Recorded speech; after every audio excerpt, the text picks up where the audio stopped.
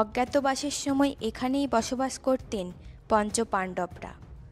পাথর কেটে নয়, পাথর জুড়ে তৈরি হয়েছিল এক রাতেই বিশাল এই মন্দির। এই ছোট গহ্বর দিয়েই পৌঁছে যাওয়া যায় মন্দিরের গর্ভগৃহে।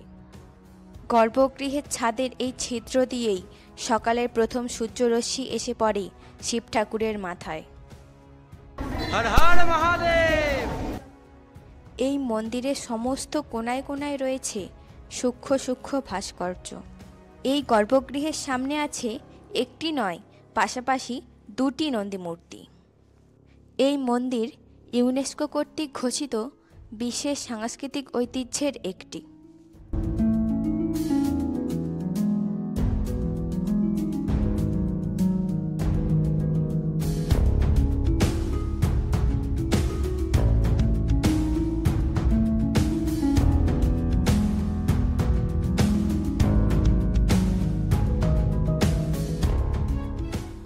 সকাল সকাল বেরিয়ে পড়েছি গন্তব্য অম্বরনাথ শিব মন্দির। সিএসএমটি থেকে অম্বরনাথ পর্যন্ত প্রচুর লোকাল ট্রেন আছে।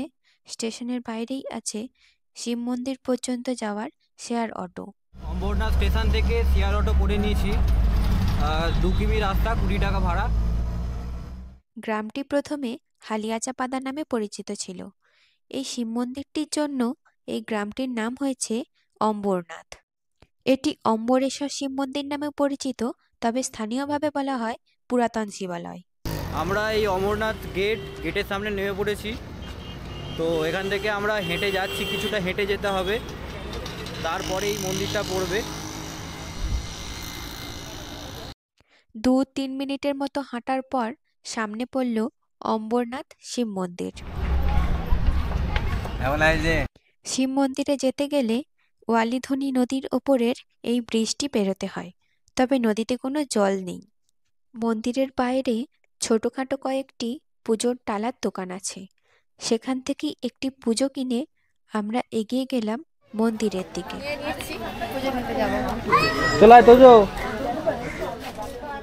এই মন্দিরটি প্রাচীন হিন্দু ভাস্কর্যের একটি উজ্জ্বল উদাহরণ। এই মন্দিরের স্থাপত্য প্রধানত হেমাদপন্থী শৈলীর। হেমাদপন্থী শৈলী কি একটু জেনে নেওয়া যাক। হেমাদপন্থী স্টাইল হচ্ছে এমন একটা জিনিস, কোনো সিমেন্ট দিয়ে হবে না, মানে গুহার কনসেপ্টও নয়, আবার যে ইট বালি সিমেন্ট দিয়ে হয় সেটাও নয়। মানে কনসেপ্টটা জোড়া জোড়া পুরো পাথরের ব্লক করে করে প্রতিটার সাথে জোড়া। এই যে প্রতিটা দেখো পাথর, এটা আলাদা পাথর, এটা একটা আলাদা পাথর, মানে প্রতিটা পাথর আলাদা আলাদাভাবে খাঁজে খাঁজে ঢুকিয়ে ঢুকিয়ে করা, মানে লক সিস্টেমে করা এটাকে পুরো, মানে পুরোটাই লকিং সিস্টেম করা, মুখে পুরো পাথরগুলো লকিং সিস্টেম করে করা। এটাই হচ্ছে হেমাদপন্থী স্টাইল। সমস্ত গুহা মন্দির তৈরি হয় পাথর কেটে কেটে, কিন্তু এই মন্দির তৈরি হয়েছে পাথর জুড়ে জুড়ে। প্রথম পাথরের এই অংশটিকে বলা হয় ট্যানন এবং দ্বিতীয় পাথরের এই অংশটিকে বলা হয় মর্টাইজ। প্রথম পাথরের ট্যানন অংশটিকে দ্বিতীয় পাথরের এই মর্টাইজ অংশে লকিং করে এই পুরো মন্দিরটি তৈরি করা হয়েছে। তাহলে একবার ভাবুন, এই এত বড় মন্দির এরমভাবে পাথর জুড়ে জুড়ে তৈরি করতে কতদিন সময় লাগতে পারে? নিশ্চয়ই কয়েক মাস থেকে কয়েক বছর। কিন্তু জনশ্রুতি আছে যে এই মন্দির তৈরি হয়েছিল এক রাতেই। এই অম্বরনাথ মন্দিরের শিকড় মহাভারতের যুগে ফিরে যায়। জনশ্রুতি আছে পাণ্ডবরা তাদের নির্বাসনের সবথেকে কঠিন বছর অজ্ঞাতবাসের সময় এই মন্দিরটি তৈরি করেছিল, তাও মাত্র এক রাতে। আবার কিছুজনের বিশ্বাস এই মন্দির নির্মাণ করেছিলেন শিলাহার রাজা চিত্ররাজ। এই মন্দিরের সমস্ত কোণায় কোণায় প্রতিটা পাথরের মধ্যেই হিন্দু ভাস্কর্যের সূক্ষ্ম সূক্ষ্ম নমুনা দেখতে পাওয়া যায়। হেমাদপন্থী শৈলীর আরও একটি বৈশিষ্ট্য আছে, সেটি হলো স্টার শেপ, জিগজ্যাগ ডিজাইন। মন্দিরের বাইরের দেওয়ালে একটি ছোট গহ্বর আছে, যেখান থেকে ভিতরের গর্ভগৃহের মহাদেবকে দেখতে পাওয়া যায়। এই প্রথম কোনো শিব মন্দিরের প্রবেশদ্বারে পাশাপাশি দুটি নন্দীকে দেখতে পেয়েছিলাম। এই মন্দিরের গর্ভগৃহের নাম হলো গাভরা। এই গাভরার একদম ছাদে আছে একটি ছিদ্র, যে ছিদ্র থেকে সকালের প্রথম সূর্যরশ্মি শিব ঠাকুরের মাথার ওপর এসে পড়ে।